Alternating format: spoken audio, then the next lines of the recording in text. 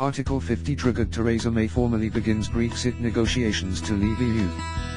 Britain has officially launched the Brexit process, triggering Article 50 and starting a 2-year countdown before the country drops out of the European Union.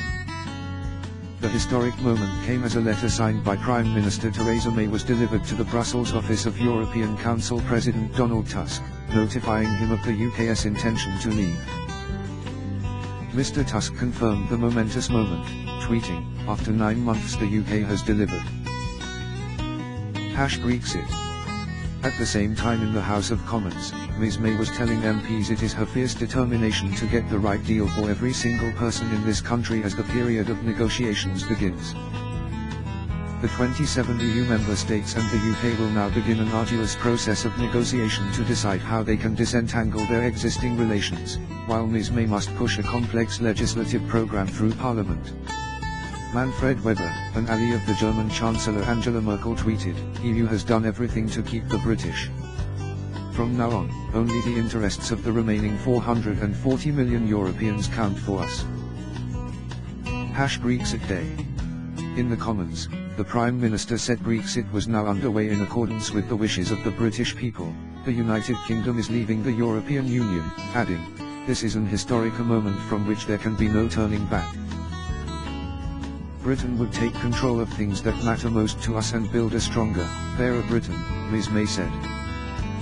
"This is our ambition and our opportunity, and that is what this government is determined to do."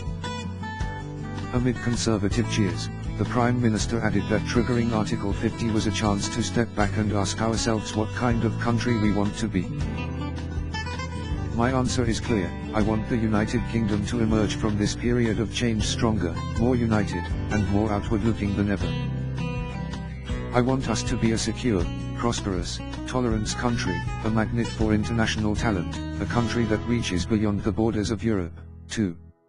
She acknowledged there would be consequences, including that Britain will lose influence over the rules that will affect the European economy, adding, "We accept that." The Prime Minister finished with a rallying cry to a divided nation, telling MPs, "This great national moment needs a great national effort. Let us come together and work together. Let us together choose to build in Britain with optimism and hope. We can together make a success of this moment," she insisted, "by building a Britain that our children and grandchildren are proud to call home." Labour leader Jeremy Corbyn said he would not give the government a free hand to take the UK in the direction of a low-wage economy or tax haven for multinational firms. "Britain is going to change as a result of leaving the European Union. The question is how. There are Conservatives who want to use Brexit to turn this country into a low-wage tax haven. Labour is determined to invest in high-skill, high-tech, high-wage future, to rebuild and transform Britain so that no one and no community is left behind," he told the House of Commons. "The direction the Prime Minister is threatening to take this country in is both reckless and damaging, and Labour will not give this government a free hand." He also accused ministers of complacency and division, adding, "So far they seem utterly complacent about the scale of the task ahead. The government ministers can't make up their minds about the real objective." The Foreign Secretary said in October that our policy is having our cake and eating it. How opposite. Today the Chancellor said the government can't have its cake and eat it. Perhaps they should get together and talk about it. Liberal Democrat leader Tim Farron accused Ms. May of twisting the will of the people and said that the referendum result did not give her a mandate to lead the single market. "The world needs liberal democratic values. This is something Churchill, Thatcher and others rightly decided that Britain could deliver from our place at the heart of Europe," he said.